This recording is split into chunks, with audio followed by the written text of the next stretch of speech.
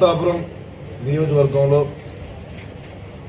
Swarnandhra college క్యాంపస్లో మనం 3 years నుంచి కూడా చూసుకుంటాం. ఏదైతే ఫిషరీస్ ఆక్వా యూనివర్సిటీ అంటే భారతదేశంలోనే 3వ ఆక్వా యూనివర్సిటీగా మరి ఇక్కడ నరసాపురం నియోజకవర్గం సరిపల్లి గ్రామంలో ఆ రోజున గత ప్రభుత్వం నిర్మాణం చేపట్టారు.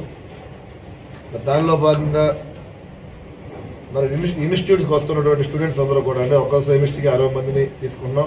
ఇప్పటికే 2 సెమిస్టర్ని 120 స్టూడెంట్స్ తరఫున మరి ఏదైతే ఆర్బీకే ఉందో మరి ఇప్పటి వరకు లక్ష్మీశ్వరంలో ఉండే ఆర్బీకేలో అక్కడ ఉన్న స్టూడెంట్స్కి ల్యాబ్స్ కానీ అదేవిధంగా అకామిడేషన్ కానీ ఆ స్టూడెంట్స్కి టీచింగ్ కానీ మరి ఆర్బీకేలో అక్కడ ఏర్పాటు చేయడం జరిగింది. మరి ఈ సంవత్సరం చూసుకుంటే కనుక మనం 3వ సెమిస్టర్లో మనం ప్రయాణం చేస్తున్నాం. ఏదైతే ఆక్వా యూనివర్సిటీ ఉన్నదో కొన్ని అనుకోని లోపాల వల్ల మరి ఆ యూనివర్సిటీ అన్నది కొద్దిగా నిర్మాణం అన్నది కొంత జాప్యంలో ఉంది. అది త్వరలోనే ముఖ్యమంత్రి గారి నోటీస్ తీసుకెళ్లి మరి అక్కడ ఆ నిర్మాణాన్ని జరిగించే విధంగా కూడా మేము రామరాజు గారు కానీ మేము మాట్లాడుతున్నాం.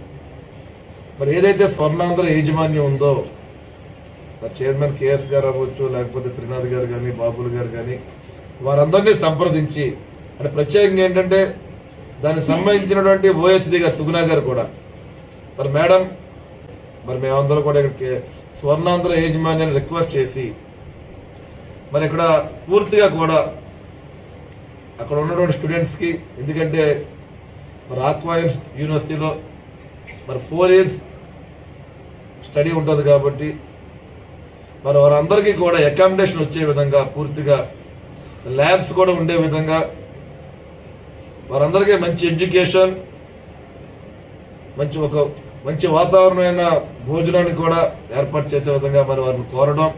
మరి ఇక్కడ స్వర్ణాంధ్ర కాలేజీలో మరి G+2 గ్రౌండ్ ఫ్లోర్ 2 floors తోటి ఇక్కడ ఒక బిల్డింగ్ని మరి ఆక్వా యూనివర్సిటీ స్టూడెంట్స్ అందరూ కూడా ఇవ్వడం మేమందరి విధంగా ఇది మంచి శుభ పరిణామంగా తెలియజేస్తూ వారందరినీ కూడా వారి స్వర్ణాంధ్ర యజమాని మనస్ఫూర్తిగా నేను అభినందన తెలియజేస్తున్నాను. నేను అంటే ఆక్వా యూనివర్సిటీలో చదువుకునే స్టూడెంట్స్ అందరూ కూడా అంటే 4 years స్టడీ కాబట్టి 3 years స్టడీ దీంట్లో ఉంటుంది. 3వ సంవత్సరంకి వచ్చేటప్పుడు స్టూడెంట్స్కి ప్రత్యేకంగా వారందరికీ కూడా ఏదైతే ఫిషరీస్ సంబంధించినటువంటి మన ఆంధ్ర రాష్ట్రంలో ఉన్నటువంటి గవర్నమెంట్ తరఫున ల్యాబ్స్ ఉన్నాయి. స్పెషలిస్ట్గా FDOల కింద JD కింద మరి వివిధ రకాలుగా కూడా వారందరికీ కూడా 4th yearలో జాబ్స్ తీసుకునే విధంగా కూడా మన ప్రభుత్వం యూనివర్సిటీ ముందుకెళ్తుంది.